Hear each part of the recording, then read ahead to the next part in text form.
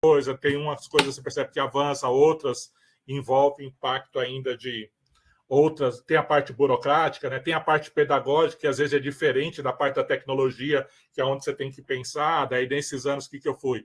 Fiz uma licenciatura, né? Que eu só tinha engenharia, essas coisas, daí fiz licenciatura. Agora estou fazendo uma pós em IA e uma outra em robótica, né? Então, Olha, onde você está fazendo pós em IA? tá na UFB. Legal. Lá na UFV e a robótica educacional lá na UFICAT. Daí Tá, é tudo mais para o lado online, tudo pedagógico. online, Tudo Alan. online, tudo online, Tá. tudo online. E coisa, porque senão você não consegue. Estando aqui em São Paulo, né, a É correria impossível, é sempre exato. E você difícil, vai né? todos os dias para a escola? Eu vou todos os dias para a escola. Tem essa rotina da É. escola que é o que eu falo, que nem a Débora está sofrendo, né? Voltou no presencial Aham. todos os dias, então vem. Voltou a Que por um lado eu rotina. gosto, né? Eu acabo curtindo, é o que eu falo, eu acordo super cedo, então acabo curtindo estar lá na escola, que as crianças viram uma rotina ali que contribui, né? Eu acho que Sim, agrega também um lado pessoal também de estar lá com as crianças, lógico. movimentando, você se envolve nesses projetos e vai estimulando, então sempre tem um assunto novo ali que vai costurando, né? Que legal, Alan. Alan, eu vou gravar aqui só para eu poder depois pegar as anotações, tá? É tudo porque eu vou usar as Perfeito. informações como parte da pesquisa. E aí eu queria que você me contasse um pouco assim. Eu lembro que quando a gente se conheceu, você trabalhava muito com Arduino. Isso. Então eu queria saber se o Arduino continua firme e forte aí nas coisas que você está fazendo, se teve alguma evolução, alguma coisa nova do kit de Arduino, e se tem algum outro hardware livre que você conheça, que você esteja usando no laboratório. Perfeito.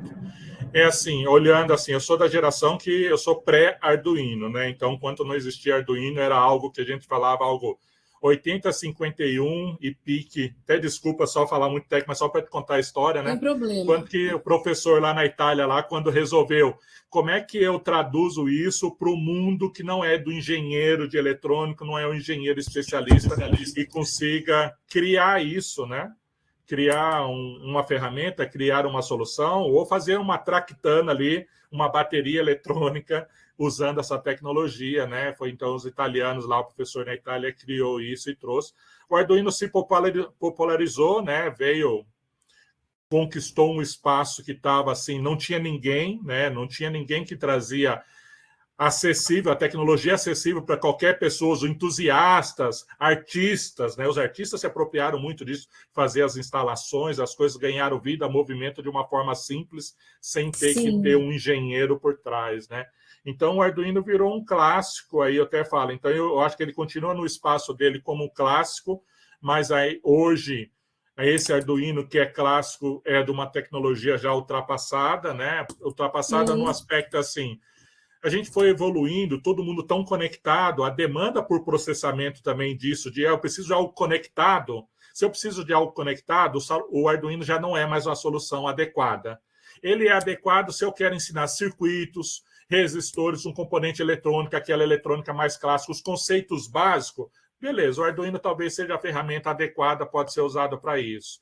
Agora, se eu for pensar nesse mundo que eu quero conectividade e um preço acessível, daí eu vou caminhar para algo que a gente fala hoje, é um ESP32.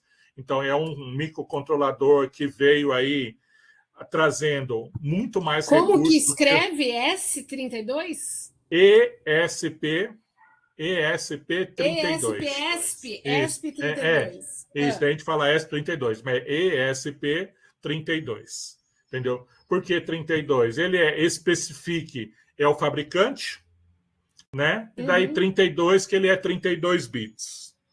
Então ele é um carinha que veio assim, muito mais acessível, ele custa aí na faixa, aqui no Brasil a gente consegue comprar na faixa de 20 a 35 reais, você consegue em uns lugares só comprar, mas assim, a gente sabe, no mercado educacional tal, você acaba comprando na faixa de 50 a 60 reais.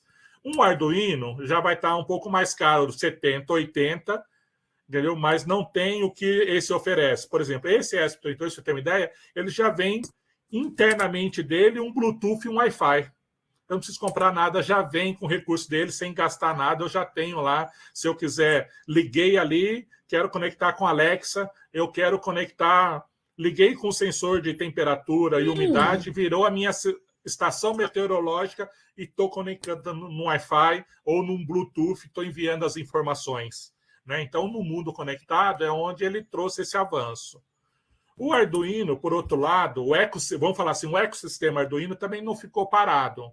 Eles evoluíram, daí começou a surgir novas placas de Arduino. Então, quer dizer, tem um ecossistema Arduino que a gente pode falar, o open source, o mundo aberto, que é muito clássico naquele Arduino R3, que é o modelo inicial lá que ficou, que a gente até usou no IREC, lembrei que comprou, investiu, levamos para a criançada lá, entendeu? Esse é o modelo clássico, que no modelo educacional que todo mundo usa, mas eles evoluíram e tem os Arduinos que custam aí 300, 400 reais. Uau! Que é do ecossistema Arduino, mas esses não que custam mais caro é porque eles vêm acoplado com uma série de paralelos, né? Como é que chama isso? Apetrechos relacionados. São os acessórios, isso. Daí já vem, são esses acessórios onde já vem com um processador melhor, daí já vem um processador de 32 bits, já vem com memória, já vem com recurso de Bluetooth, vem com recurso de Wi-Fi, né?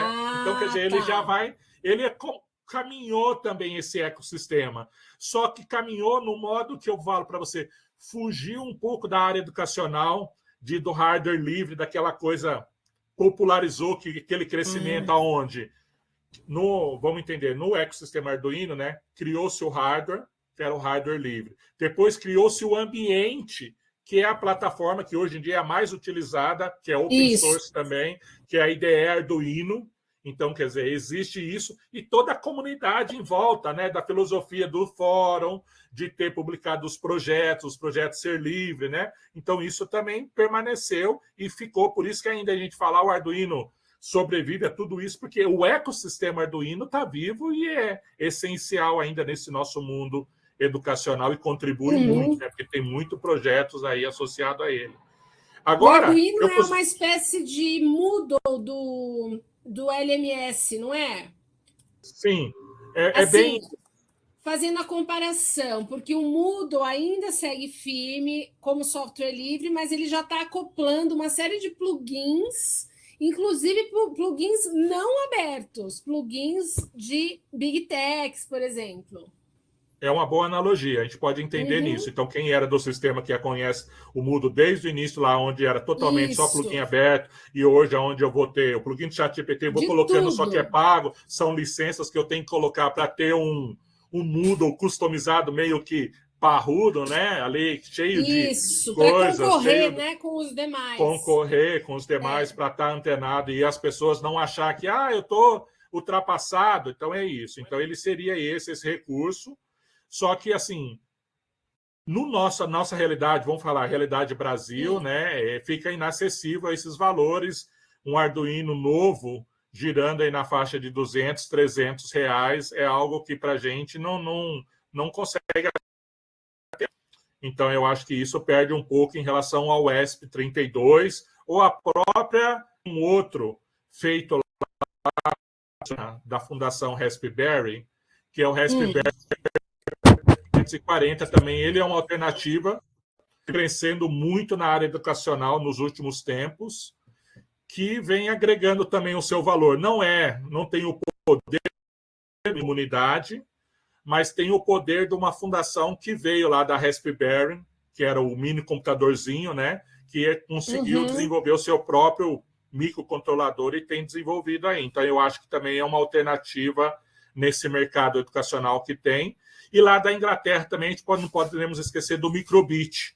Não sei se você ouviu falar, mas, por exemplo, o Uruguai usa forte o microbit, a gente tem a fundação Microbit, né? Que é um hardwarezinho também diferente, que ele já vem com alguns acessórios ali, com uma bússola, com giroscópio, com uma matriz de LED, aonde eu não tenho que conectar nada, rapidamente eu consigo meio que engajar o aluno, fazer, sem ter que fazer uma conexão, sem sofrer do mal de repente, ter um fio com um mau contato e ter uma frustração do aluno, né? Então, a curva de aprendizado é muito rápido e o microbit, então, seria uma alternativa. Então, o microbit não é um software, um hardware aberto, né? Microbit. Ele é um hardware aberto, entendeu? Pelo que eu entendo, ele é um hardware aberto, tem lá publicado, só que ele não é do tipo assim popularizado, até por como ele traz esses acessórios. O que acontece também, Priscila? Torna-se um custo elevado. Então, ele aqui no Brasil, você vai comprar ele na faixa de uns R$ 300, entendeu? Então, ele assim, vem já com esses sensores acoplados nele, nessa plaquinha, e ele tem um conector muito antigo, entendeu? Que é um conector próprio para facilitar o uso educacional, só que também dificulta a expansão de novos projetos, porque daí eu tenho que comprar um conector para encaixar naquele soquete. É como se fosse uma tomada específica, que daí toda vez que eu quero usar, eu tenho que comprar uma tomada específica que tem um custo caro, diferente do Arduino, que eu só encaixo um fiozinho ali e estou usando, ou do ESP32, que também eu conecto ali um fiozinho e estou usando de uma forma bem simples. E o ESP32 é aberto? É aberto, é aberto. Então, quer dizer, sempre é assim, o processador é dessa empresa e eles têm lá os kits de desenvolvimento. Tanto antes, só se desenvolveram essas plaquinhas porque os fabricantes chineses se apropriaram do hardware aberto e produz N versões com ESP32, entendeu? Então, tem umas com display, sem display, com suporte para bateria, tem vários, algumas que são referência, que é aquela história. O fabricante, quando faz, também ele chama assim, ó, esse é o kit de referência de desenvolvimento. Daí disponibiliza, o chinês vai lá e produz um monte daquele lá e torna-se popular, entendeu? Mas o processador é um ESP32 que tem dentro, daí só muda a, digamos assim, a carapaça ali para poder dar o suporte, um com mais ou menos recurso, né? Entendi. E hoje, por exemplo, na sua experiência com a escola tem preferido comprar os produtos abertos ainda? Ou varia? Isso é aquela história, tudo depende da escola. Eu acho que tem as escolas hoje em dia, vamos falar, a gente pode pensar numa intencionalidade pedagógica e pode falar também numa posição de marketing da escola. Então, isso influencia muito na decisão de um kit de robótica. Infelizmente, hoje. Uma postura tem escolas... da escola, né? Isso, é uma postura. Não estou falando nem só da minha, mas é o que eu percebo, que eu já vou em várias escolas, vejo muito no geral. Então, a gente tem essa postura que é assim. Então, tem uma parte do posicionamento em termos de brilhar aos olhos. Então, eu tenho um kit que.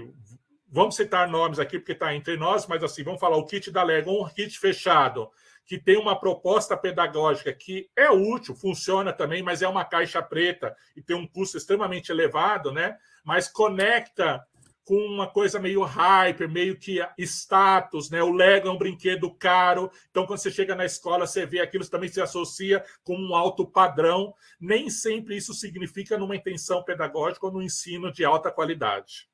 Entendeu? Fica associado a um certo status, né? Se tem ou se não tem. Tá. Perfeito.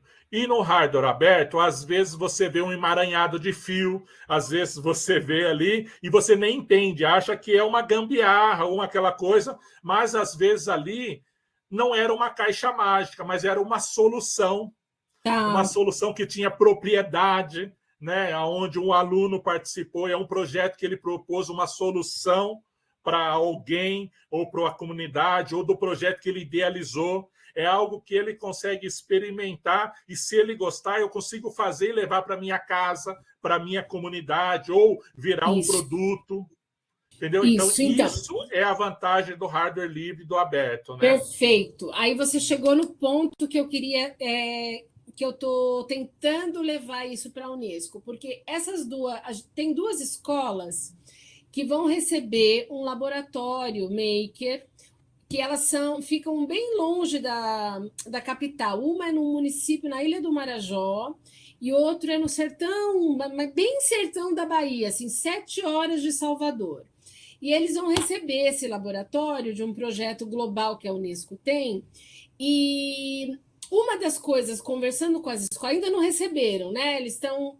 Além daquelas coisas básicas, eu não estou vendo tudo o que precisa para ter o laboratório, eles sabem, eles estão vendo isso, vendo isso lá. O que eu vou aportar para eles é justamente os kits livres livres que existem, os tipos de kits livres que existem e essas possibilidades que os kits, que o livre, né, o posicionamento o foco no livre traz.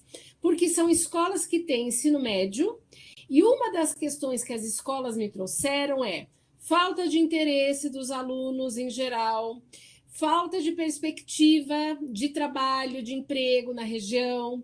E nós que somos usuários desses materiais todos, a gente tem uma falta de talentos, de pessoas que saibam lidar com o software livre. Porque quando a Lego ou qualquer outra empresa vende o seu kit, ela embute uma manutenção, embute uma consultoria, né?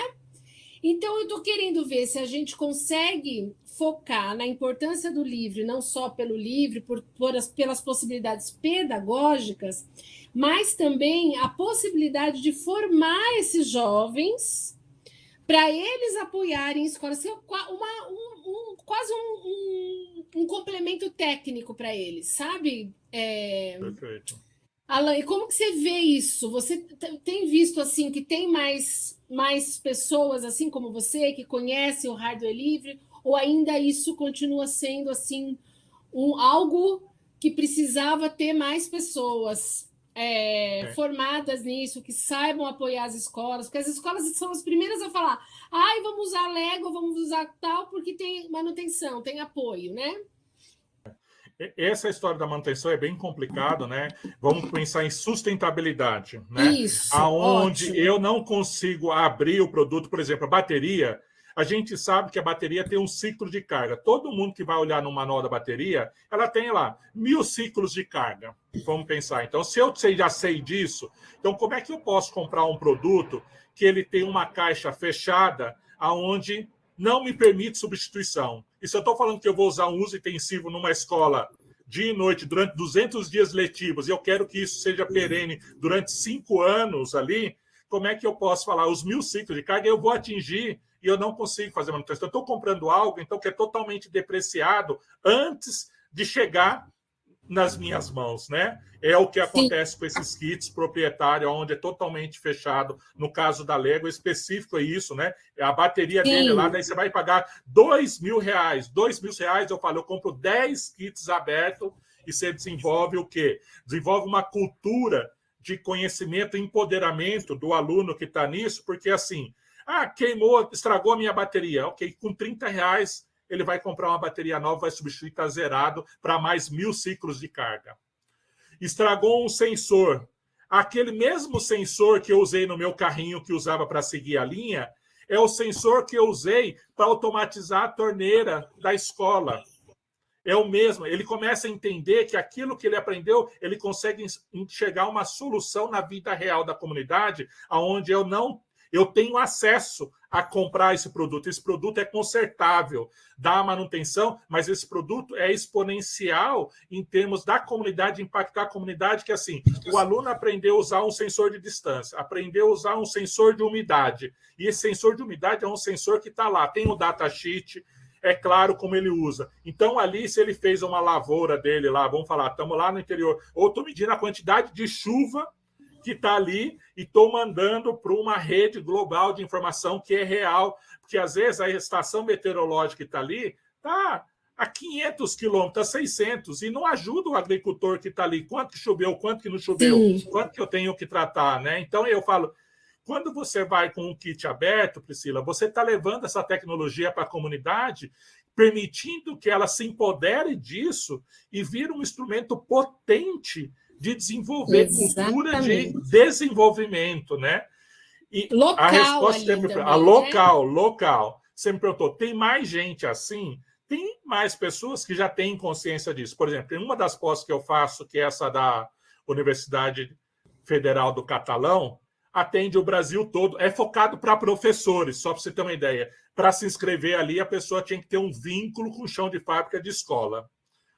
A matéria que está tendo atualmente é justamente sobre o ESP 32, onde o professor está levando para esses. Então, eu tenho gente, Goiânia, Maranhão, tudo. Eu estou falando só o nome dos estados, mas é as pessoas que estão a 400 quilômetros lá da capital de Piauí, mas ele mora no Maranhão, já é tão longe, nem é de São Luís. A referência que a pessoa dá é de outro estado, de tão longe que ele está, e assim. E as pessoas, assim, estão... É aquela história, estão tendo a oportunidade, ou aquela história, estão plantando, está se plantando uma sementinha dessas alternativas, das pessoas começarem a entender os benefícios disso e de possibilidades disso, né? Somente nesse mundo que a gente está falando, que estamos conectados ou queremos estar conectados. E o jovem também, quando vê nisso, né? Então, se eu for usar um software proprietário, a única versão que eu consigo usar é a versão do software que ele me disponibiliza. Por exemplo, no ESP32, eu tenho um caso específico lá. A gente, na escola, no Pioneiro, eu tenho todas as tecnologias, a fechada e a aberta. Para você ter uma ideia, eu tenho todas, e até então, até o ano passado, eu não tinha fechada, eu só tinha aberta. Por que eu pedi para comprar o Lego? Fui lá, porque eu fui visitar a OBR, que é a Olimpíada Brasileira de Robótica, lá em Goiânia, ano passado, e eu comecei a perceber que muitas escolas estavam usando, e prefeituras estavam comprando, tinha o Lego lá, e daí eu falei, é um kit que, assim, ele não é totalmente desnecessário, ele complementa uma fase educacional, é muito fácil o start inicial. A curva de aprendizado, principalmente nos anos menores, ele casa, ele vai bem, porque essa história também, da gente ter uma aula de 50 minutos, o tempo é curto, tem que olhar todo o ecossistema da educação, então eu tenho que ter uma ferramenta que me dê agilidade de eu tentar despertar uma paixão no aluno para querer isso, para querer ir além. Depois ele se desenvolve, né? Então, isso é útil aonde que foi, por isso que eu optei. Mas, ao mesmo tempo, tendo esse kit, por exemplo, nos maiores, a gente já não usa. A gente usou tudo livre. Então, quer dizer, a gente montou lá com o S32, para você ter uma ideia, eu montei algo que até é progressivo. Eu usei no 7º, no 8º, no 9º. No 7º, os meninos montaram um carrinho, que era um carrinho controle remoto, que tiveram o primeiro contato com a mecânica, eletrônica, com os pilares da robótica, mecânica, eletrônica e computação, montaram um carrinho e esse carrinho passou a ser controlado via Bluetooth. Então, você vê, eu tive a oportunidade de conectar os meninos, de usar via Bluetooth, de entender qual é o alcance, qual é a frequência, como que isso funciona conectado, qual é o consumo de bateria, né? Então, eu até associei, isso é o nosso carro elétrico, eu preciso recarregar, preciso ter um ponto de recarga, né? Quanto tempo dura de uso. Você traz toda uma consciência para os meninos que a gente ouve falar, o carro elétrico é o carro do futuro, né? Para entender isso, bateria. Então, trouxe tudo isso. No 7º ano, o que a gente já fez? O nosso carrinho até então não tinha sensor nenhum, só tinha uma comunicação via Bluetooth. No 7º, a gente colocou sensores, esse carro virou um carro autônomo, que era capaz de andar numa linha, qualquer linha que seja, ele é capaz de andar na linha lá, e ainda transmitindo as informações via Bluetooth. Então, imagina, eu fui empoderando. Essa mesma conexão, o que é? O aluno pode estar usando um aplicativo de celular para obter essa informação. Eu não preciso ir até lá, a X metros, a 500 metros, ficar coletando quanto que choveu. Ele começa a receber essas informações. Você começa mostrar para o aluno que, assim, eu gerei um dado, esse dado, quando vem para cá, e ele é útil, ele começa a gerar conhecimento, vira uma informação que vira conhecimento até virar sabedoria, né? Só um minutinho. Então, você vê. Pode.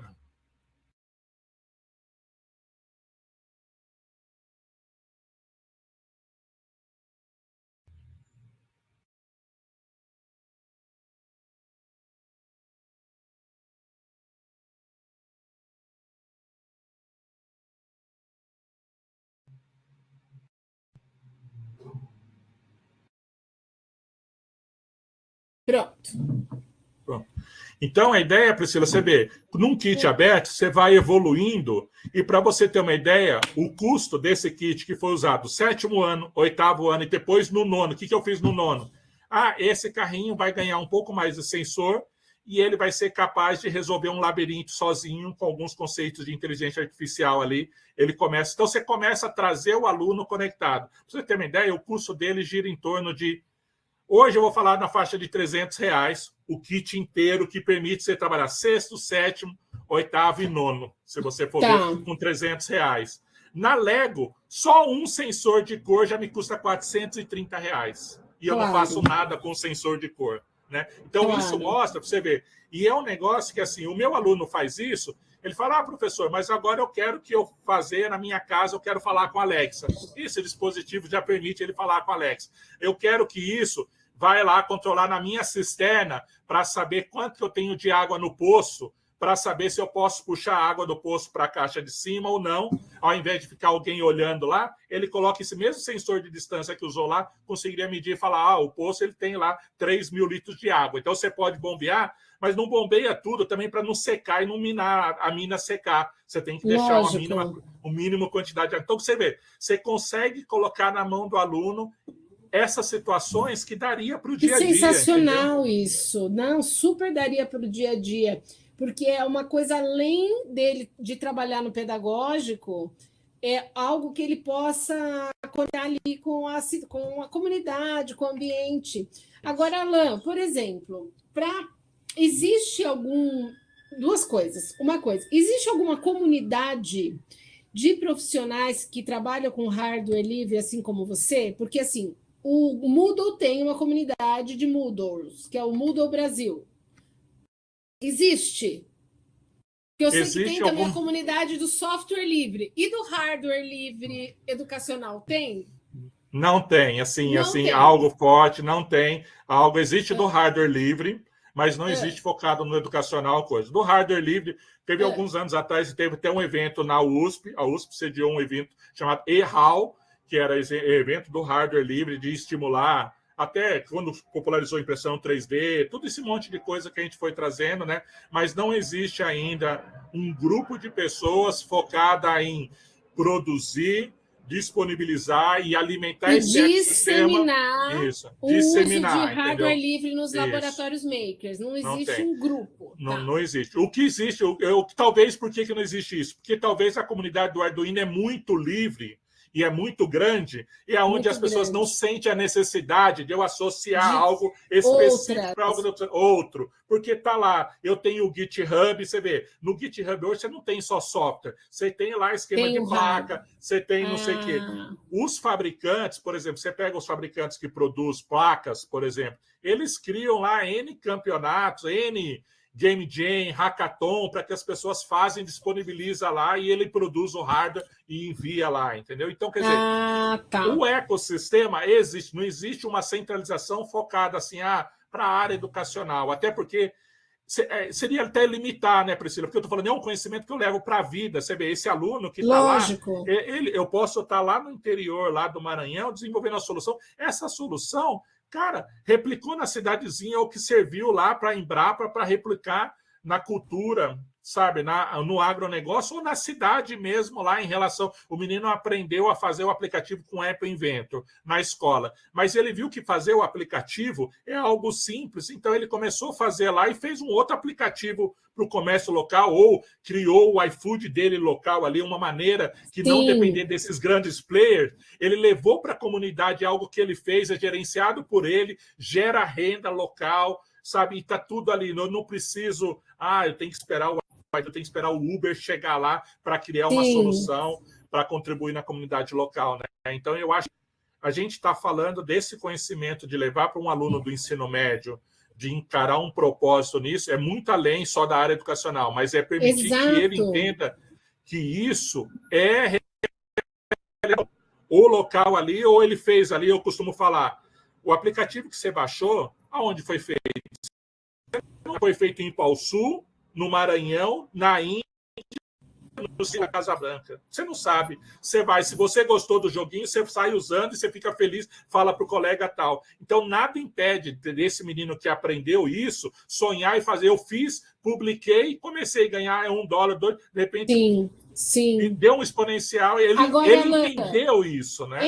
Isso dele aprender isso tem que ser uma coisa paralela ao currículo da escola, vamos dizer assim, né? Porque a escola ela usa o laboratório para cumprir com a disciplina, o conteúdo da disciplina, componente curricular, e aí ela associa os usos possíveis do laboratório para os alunos colocarem mão na massa naqueles conteúdos que eles estão aprendendo.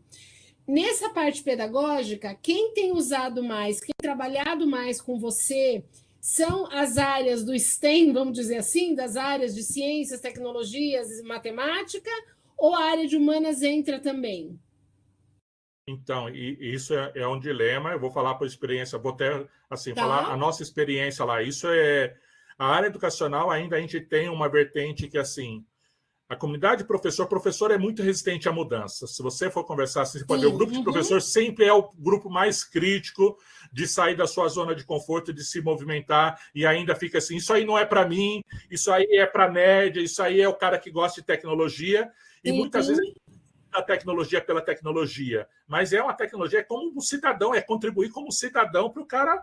É uma linguagem de comunicação, de expressão, não é mais só sim. piscar o Uhum. LED, né?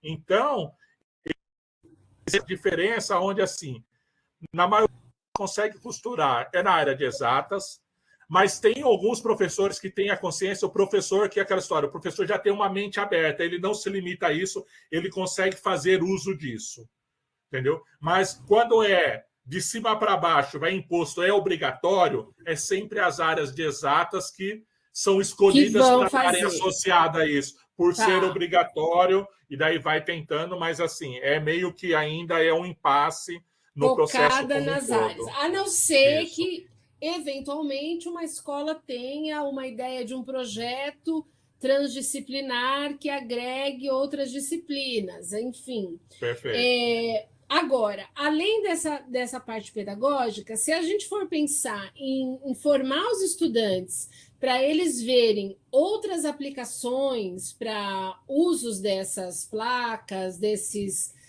circuitos e kits, isso teria que ser pensado além do currículo da escola, com uma formação específica, certo? Perfeito. É algo separado, algo que, vamos falar, como se fosse um complemento. O contraturno, por exemplo, é um Um projeto que se complemento. é um complemento que transforma lá, que vai criar essa cultura, porque tem que se cria essa cultura, né? No começo você vê Isso. muito engajamento, você tem que ter, até que quando começa a nascer os primeiros frutos, daí meio que torna-se, opa, eu também quero, cadê? Eu coloco meu filho, o pai começa a ver produtividade, ver que impactou, né? Então, quer dizer, esse primeiro ciclo, eu acho que é um pouco disso. Em Tô relação aqui, a a gente. minha câmera que parou. Pronto. Não tem problema. Então, esse primeiro ciclo, existe isso, eu acho que isso funcionaria como um contraturno, de uma forma que assim é um complemento que tem que ter uma pegada de conscientização, tanto de aluno, quanto de família, quanto de Quanto de comunidade. família. É, Isso. porque precisa, é um tripé que precisa desses três apoios. A comunidade local, porque às vezes o menino depois vai experimentar a ideia, vai vir falando, tem que ter alguém que acredita ou que dá apoio, ou não, vou deixar você experimentar, né? Porque às vezes ele vai precisar de um Sim, galinheiro para testar lá se está ou não virando o ovinho lá para fazer uma chocadeira eletrônica. Ou não, eu preciso lá sim. colocar uma estufa, preciso Ele lá, me vai dá um pouquinho precisar do seu testar adubo. localmente, né? Isso, E isso. além dele testar localmente, antes dele testar, ele vai também precisar, nessa formação, aprender a identificar questões da comunidade, né? Questões Sim, que, de repente, possa ser uma formação pensando nos estudantes, mas que possa trazer alguns representantes ali da comunidade para que eles possam identificar desafios que possam ser solucionados. Isso é uma perfeito. coisa. Agora, outra coisa mais básica que eu pensei, se é possível, seria mesmo uma formação sobre o Arduino, sobre o ESP32, sobre essas tecnologias de hardware livre, como elas são, como elas funcionam, o que, que elas, quais os cuidados que elas precisam ter. Isso também dá para inserir numa formação. Sim, e é essencial, porque senão o que acontece? Você dá um hardware livre. Aonde, qual a grande diferença entre o hardware livre e tal, você falar nas curvas, o outro kit, ele é preparado para conectar e o cara não erra, não dá para permitir erro. O Isso. hardware livre não tem esse preparo. Por ele ser tão aberto, você pode errar e rapidamente, você pode colocar tudo abaixo e se frustrar, porque eu liguei, queimei na primeira experiência que fui fazer, e eu nem sei que eu queimei. Eu só tenho a frustração que não funcionou. E Sim, de repente, por quê? Porque eu sim. não tive a orientação adequada, eu não tive. Então, quer dizer, esse start inicial tem que ser um preparo, é igual uma sementinha. Sabe, você colocar Tá. uma sementinha num ambiente de não, você tem que colocar numa esponjinha, colocar, tá protegida, não tem vento forte, até que ela ganhe a raiz. Quando colocar, depois vai aflorar aquilo. Mas o primeiro cuidado tem que ser bem tratado, a gente mostrar o porquê daquilo, porque eu preciso ter X horas de sol. Então, isso é importante nessa hardware, isso que a gente está falando, porque a gente está criando uma base sólida para que esse menino não se frustre, para falar, não funciona, isso aí não é para mim, né? Então tem tudo um pouco disso que a gente tem que trabalhar, sim. Isso, eu vou falar, não só o aluno, mas até o professor, e essa é a até grande... o professor também. Os professores, hoje em dia, tem a sensação que o outro é mais fácil, porque daí ele não se sente seguro, porque às vezes ele também nunca ligou, ou ele, opa, aqui está chovendo, ou não, será que vai estragar, ou como é que vai fazer? Ele se sente inseguro, e o outro não vai errar, não vai acontecer nada, vai continuar funcionando e tal. Então é isso que a gente tem que ter um trabalho de, na hora de pensar em algo, pensar como a semente se desenvolva, até que vai chegar uma hora, tá bom, já dá para tirar a proteção é mínima para que isso cresça, é só deixar que eu tenha disso. Mas esse começo a gente tem que pensar nisso. Tá. E esse tipo de enfoque ou foco nas escolas em geral não tem, né? A escola que você está hoje não tem, é só o pedagógico, não tem essa preocupação de pensar em formar os estudantes, tá? E para uma escola que inicialmente queira adquirir esses hardwares livres, existe algum tipo de lista pronta, algum local onde se possa olhar só os hardwares livres, ou a escola precisa saber quais são para poder comprar? No passado, teve uma época que, quando começou a bombar a cultura maker, dos Fab Labs, surgiram algumas listas, algumas relações, entendeu? Então, teve algumas pessoas que escreveram, se eu não me engano, a Heloísa Neves até chegou a fazer um manual, um e-book que tinha uma relação, qual que é o equipamento, o que eu tenho que ter de equipamento, o que eu tenho de ter componente. Isso existe, mas assim, eu não sei o quanto isso é funcional, assim, nesse primeiro momento. Você ia pegar aquela lista, entendeu? E fica algo que, às vezes, as pessoas... Eu não sei se você já reparou, somente quando você vai em muitas escolas e tal, às vezes você vê aquele painel lindo e maravilhoso, cheio de ferramenta. Mas quem conhece fala que aquelas ferramentas nunca foram utilizadas. Você olha, o alicate, estão todos novinhos, não tem uma marca de uso, não tem uma marca que foi cortado um fio. Mas porque alguém criou uma lista, e essa lista foi lá, compra 20 chaves, 20 alicates, ou 20 não sei do que. É bonito para foto, mas não é prático e não é útil. Então, talvez a gente tenha que pensar, é o que você falou, é pensar em como é que eu crio projetos, ou como é que eu crio repertório, e daí a questão, tendo o repertório, quais são as ferramentas, quais são os componentes que eu tenho para permitir que esse repertório seja disponíveis para que isso seja... Isso. Tá. Porque até na sua experiência, quando você fala, hoje na minha escola eu tenho o livre e tenho o Lego também. E aí, ter as duas possibilidades, e numa proposta que pensa em trazer um posicionamento, por que existe o livre, né? Quais as possibilidades que o livre traz e que o proprietário não traz? O proprietário é mais frufru, é mais arrumadinho, tem a empresa por trás, que você sente uma segurança que, na verdade, não te deixa numa dependência, né? Porque a empresa causa isso. A empresa, não, o proprietário causa isso. Mas se você tem um livre ali, você permite que você possa experimentar também o livre e, ao experimentar o livre, tudo que ele representa.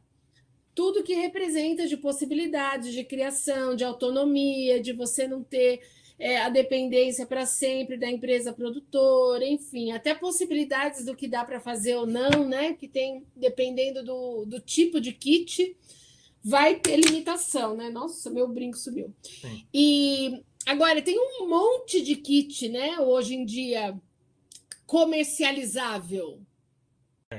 Tem, somente com essa movimentação que teve da BNCC de computação, aonde perante a lei, né, tornou-se obrigatório, é um direito do aluno ter acesso aos conteúdos de computação, né? Então, há uma movimentação muito grande do mercado de oferecer uma solução. Para oferecer, sempre. Então, sempre sabe, do tipo, você vai nessas feiras, o que mais tem é alguém vendendo uma solução, falando isso, eu levo aquilo, eu tenho tudo pronto, você não se preocupa com nada, eu te entrego material didático, eu te entrego formação, o seu professor não precisa ser especialista em nada e vai conseguir aplicar todos os meus planos de aula, eu tenho coisa.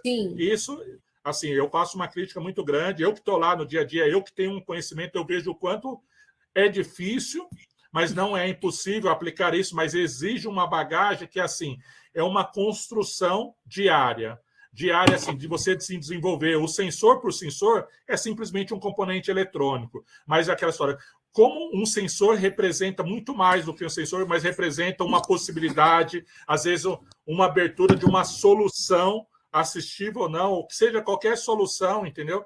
Então, isso é o que falta, que a gente tem que conectar, que ninguém vende. Então, o cara te vende um tutorial ou um plano de aula que é um tutorial, um passo a passo, como é que usa, e se limitado àquilo.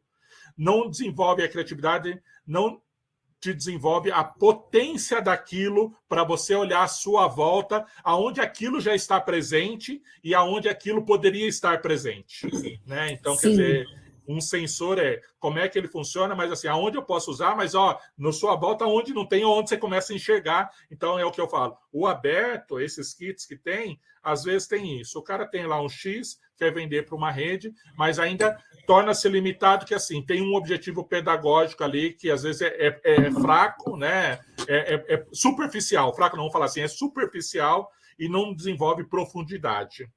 Entendeu? E quando eu penso num projeto assim, que nem pelo que você está me falando, ou, por exemplo, o próprio projeto que a gente fez do IHAC, vamos pegar lá, quando a gente foi de mostrar possibilidades para aqueles alunos, de inspirar, né? E a gente foi, levou a tecnologia e falou, isso aqui vai ficar aqui, isso aqui você pode fazer, está aqui, você vai usar lá, e os meninos, depois você vê os meninos fazendo, a gente colhe, eu tenho contato com alguns, eu vejo, o menino está lá, cresceu, desenvolveu, a gente plantou uma semente e foi. Isso eu vejo potente, e você levou a tecnologia para o local, né? Então você não levou uma caixa preta que ficou uma caixa preta de avião que ninguém abre. Se precisar abrir, você tem que levar para o especialista, não sei o que, para olhar o que aconteceu. Aqui não, você está igual aquele menino do como é que inventou o vento lá, que sabe, é aberto e o cara mexe, já criou e colocou numa roda d'água, ligou no painel solar, não tenho, peguei o ventilador e fiz. Sabe, eu levei energia para mim, eu entendi como é que isso funciona, então eu vou aproveitar, vou canalizar o açude aqui, vou fazer um caminho da água para ter fluir, vou gerar energia elétrica para irrigar a plantação ali, eu só irrigo 200 metros quadrados, mas ele já entendeu o processo e ele vai falar, eu só preciso de um investimento X para fazer 1 hectare de irrigação, porque eu já sei o processo, estou dominando isso. Então é isso que eu acho que a gente tem que pensar na relação desses kits, que tem muitos, mas assim, pensar como é que isso conecta com o local, que eu acho que todo kit, quando a gente está falando de personalização, que é a grande diferencial, eu tenho que olhar também para onde está indo, né? Qual que é a potência, porque às vezes eu estou levando um kit cheio de coisa high-tech, cheio de não sei o quê, mas no local não existe nada disso. De repente, se eu levasse um kit mais analógico, mais não sei o quê, ia dar um impacto muito maior naquele momento do que eu levar tudo cheio de high-tech, não sei o quê, mas funcionou só na foto, na inauguração. No outro dia já não fica dentro do armário, ninguém abre o armário, porque não conecta com a realidade local. Então, por isso, quem tem que se preocupar, kit, listas, mas eu tenho que olhar, sabe, sempre deveria assim, nesses projetos que nem aí, a gente olhar para a realidade local, como é que a gente pode, o que é isso? Quais são as potências que existem aqui, ou quais são as dores que isso hoje tem, como é que a gente pode plantar sementinhas que vai começar, é um protótipo rápido, é uma inspiração aqui, ou é aquela história, quando a gente chegar nesse nível, vocês vão poder fazer isso. Então, você mostrou um caminho, tem um degrau, tem uma progressão que o menino começa a sonhar com aquela trajetória, né? De fazer aquele progresso. Não, isso faz todo sentido. Mas, assim, apesar de tudo isso ser muito mais importante, para que isso aconteça, eu preciso dizer para a Unesco que esses kits abertos precisam ser adquiridos. A escola precisa ter à mão. A partir desses, aí você já me falou, o próprio Arduino que eu já conhecia, esse ESP32 que eu não conhecia, o Raspberry Pi que ainda está firme, forte, com todos os acessórios. Então, esses 3 precisam estar, certo? E eles estão dentro do kit de robótica? Ou eles estão dentro do kit maker? Tem diferença dessas duas coisas? O maker Não pode tem ser diferença. outras coisas, não só robótica, né? O Maker expande além da robótica, junta tudo, eu vou juntar da minha marcenaria, tudo fazer o do yourself, Marcenaria, né? A ideia do blocos. Cultura Maker é o do yourself, eu faço, eu crio a É. solução, eu faço mesmo, eu crio lá, né? O da robótica, a gente está falando disso, de aproveitar eletrônica com a mecânica ali, coloco uma computação, eu consigo fazer uma automação. Se eu pluguei com uma IA, eu consigo fazer algo que reconhece, me ajuda a separar alguma coisa ou a identificar determinado tipo de coisa que Sim. está acontecendo aqui, né? Então é um pouco disso que a gente está falando. Mas assim, esses kits são kits que assim vão além até da área educacional, né? São kits que estão no mercado. Como eu falando do ESP32, um monte de solução profissional tem um ESP32 lá dentro. Tem um Só não está no S32. modelo do educacional ali, daquela plaquinha educacional, mas tem lá o chip, o processador é o mesmo que está lá e está funcionando. Essa lâmpada inteligente que você compra aí da Alexa que fala, provavelmente tem um S32 lá que está fazendo essa ponte que conecta no Wi-Fi, que faz lá, precisa falar, liga a lâmpada. Ela sabe ligar a lâmpada e faz, mas é um S32 que está embarcado. Então, quer dizer, não é só a robótica educacional, ele está presente em todo o processo da indústria 4.0, de presente nesses processos novos de prototipação rápida ou de desenvolvimento de kits de robótica ou não, né? Sim. Muito bem, viu, Alan? Muito bom conversar com você. Eu acho que uma última coisa que eu queria te ouvir, assim, né? O que que você, como que você pensaria nessa formação paralela, essa formação contraturno para esses estudantes? Que nome a gente daria para isso, para que eles, de uma primeira vez, eles vislumbrassem uma possibilidade profissional com isso? Porque mais do que eles pensarem em ajudar problemáticas da comunidade, enfim, que isso pode ser construído no processo, a gente precisava pensar como que atrai eles, né, para que eles vejam nisso uma possibilidade, um aprendizado que eles vão ter para a vida profissional, que muita coisa do que a escola diz é que eles são desinteressados porque eles estão vendo as matérias tudo desconectado com a realidade deles, com o que eles vão ser, enfim.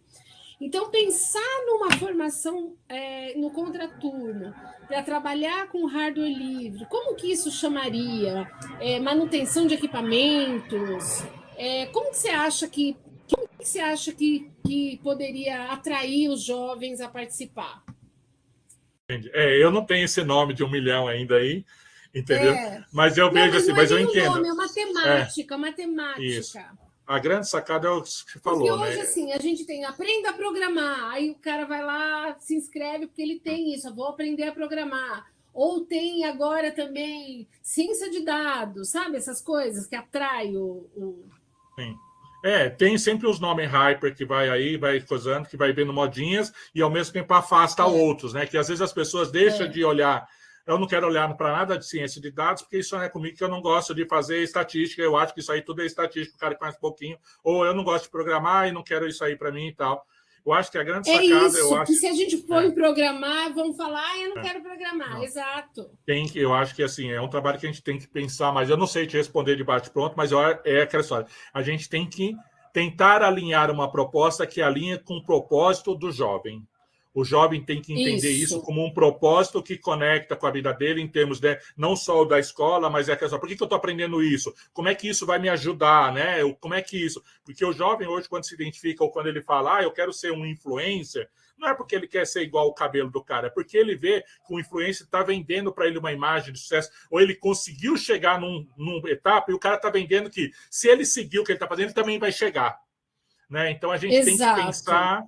Do tipo, eu não sei te responder de bate-pronto, teria que pensar um pouco mais como é que a gente pensa nisso, mas assim, é uma preocupação que eu tenho também, é latente. Por exemplo, eu faço uma eletiva no Pioneiro, para você ter uma ideia, chamamos de eletrônicos fantásticos. Entendeu? Como que é? Eletrodos fantásticos? Eletrônicos fantásticos, entendeu? Era uma das eletivas.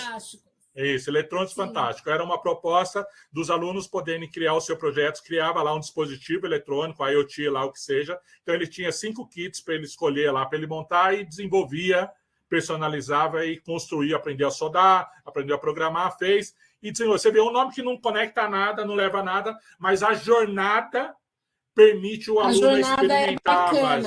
Isso. Então, é um pouco disso que, assim, eu não sei falar como é que a gente faz, mas a gente tem que pensar nisso. Mas você reconhece que é importante ter, né? Que é importante. É essencial. Até porque senão a gente não conecta, caiu muito nisso. E principalmente as meninas. É difícil trazer as meninas, porque ver programação, elas falam, não é para elas. Esse é super importante, isso, a gente pensar num contexto que é onde eu não excluo e ainda eu tenho o pertencimento. Tem que fazer o jovem que ele se sente pertencente àquilo ali e é que aquilo faz parte do grupo dele ou ele vai se desenvolver e ele gostaria de fazer parte. Eu acho que é igual o IREC que você... Eu não sei como é que chegou nesse nome, mas você vê, os alunos que participaram depois tinham um pertencimento que quando você fala, o aluno... Cara, fez sentido isso para mim naquele momento, foi legal. É uma experiência, isso também é importante.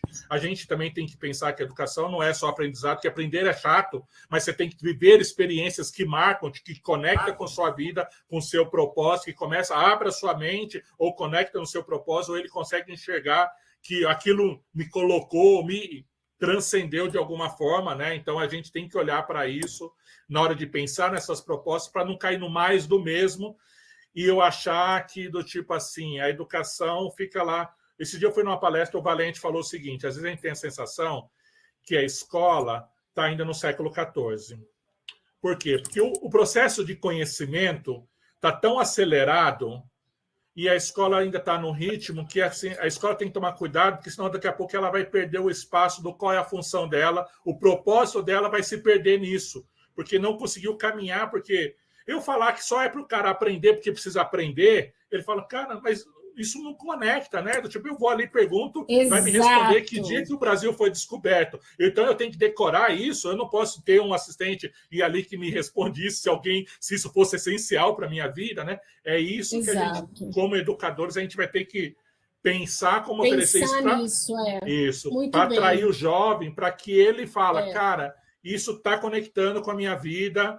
Eu entendo que existe para despertar paixão, porque depois que despertou paixão e encaixa no propósito dele, daí vai ter um engajamento. Daí ele vai varar à noite, daí ele vai trocar pela série do Netflix para ver trocentos vídeos de trocentas horas para fazer tipo as coisas, porque conectou. Né? Aquela Campus Party antiga, né? Antiga, entendeu? Que vinha... Então, é um e pouco você disso, acha que é possível também, Alan, fazer formação online com você em São Paulo, por exemplo, com pessoas de lá das regiões, né? Não da escola, mas, digamos, profissionais que a gente identifique, que já estão, de alguma forma, envolvidos com hardware, não sei se só livre, mas que precisem aprender um pouco do livre para que eles possam levar no presencial para os estudantes. Você acha que isso é possível? Já, como você está muito nos cursos online aí? É possível, mas tem um grande desafio. Eu estou vendo lá o professor lá, a dificuldade. Que é mostrar, né? Que é mostrar, e aquela história, que nem você vê, quarta-feira eu começo um curso no SESC. Eu vou ensinar a mesma coisa que o professor está ensinando lá. Só que presencialmente, o que acontece? O cabo não está conectado, a não ser que você percebe, você evita a frustração, aquela coisa. O remoto é aquela história, você não consegue identificar porque ele não tem acesso. Eu preciso de uma participação ativa de algo, de alguém que não tem o domínio ainda. Então, quer dizer, isso é possível numa fase 2 de complemento, mas a gente tem que pensar em uma fase inicial, onde você tem uma conexão, que você tenha, que você cria, que você mostre um primeiro passo. Lógico, que é muito palpável, né? Palpável, para sair do abstrato e virar no concreto, peguei o pensar, de a pessoa sentir a confiança, até porque daí a gente oferece assim, fizemos lá o in-loco, demos aquele NAS, depois a gente complementa e vem o ciclo de formação, porque daí as pessoas aparecem na monitoria, já tem uma conexão, já não tem aquela vergonha de o meu não funcionou, ou coisa... Sabe, você já evitou, você já criou algo que despertou aquela paixão, então a pessoa vem, vai. Hoje, que nem lá nessa pós que não tem isso, é totalmente EAD, que nem ontem eu conectei na monitoria lá para ver, e estava conversando com o Francisco, ele estava lá no Maranhão, e ele falou, não, não apareceu ninguém, não aparece ninguém. Eu falo, sabe o que está acontecendo, Francisco? As pessoas não estão se desenvolvendo. Porque se não tem dúvida, eu sei, porque eu ensino isso, e eu sei que é difícil, não se aprende só olhando o livro sem fazer, tem dúvidas. Lógico. Se as pessoas não estão vindo é porque não tem. E eu acho que a grande dificuldade é essa, Priscila. Se tem que haver um inicial, sabe? Um esquenta inicial, que é aquela coisa que você mostrou, que você fez o mínimo ali e depois você passa realimentando e avançando. Eles terem esse interesse, primeiro eles precisam ver acontecer, para aí depois... Nossa, faz super sentido isso. Alguma coisa que eles vejam como aquilo que a gente fez com o DT, pensar num projeto, prototipar na hora, e aí erramos depois junto, eles vão falar, puxa, eu quero fazer isso, eu quero trabalhar com isso, né? E entender que o não funcionar é normal, o errar é normal, a gente está criando, e você erra e tal, até chegar no produto perfeito, você errou 1000 vezes, entendeu? E a gente tem que passar essa confiança para ele, para não achar, eu não sou capaz, eu não sei o que, eu não consigo. Não, você consegue. E isso é importante, essa primeira, é o que você falou, igual a gente fez o hackathon, a gente empodera, a gente desperta e cria conexão para que essa pessoa, na hora que ela se sentir frágil tal lá, ela vai nos procurar, ela tem um canal de abertura, ela sabe que vai falar e você vai conectar e você vai conseguir levantar o ânimo dela de novo e colocar na jornada para a gente chegar lá e depois, no final, fazer outro esquenta aí, cara, é sucesso, e vamos agora externalizar, né, para chamar novas pessoas, que daí esses viram os propagadores, são os mentores, são os tutores que vai ali no local fazendo isso, né? Muito bom, Alan, super obrigada por essa conversa. Eu vou até parar a gravação aqui.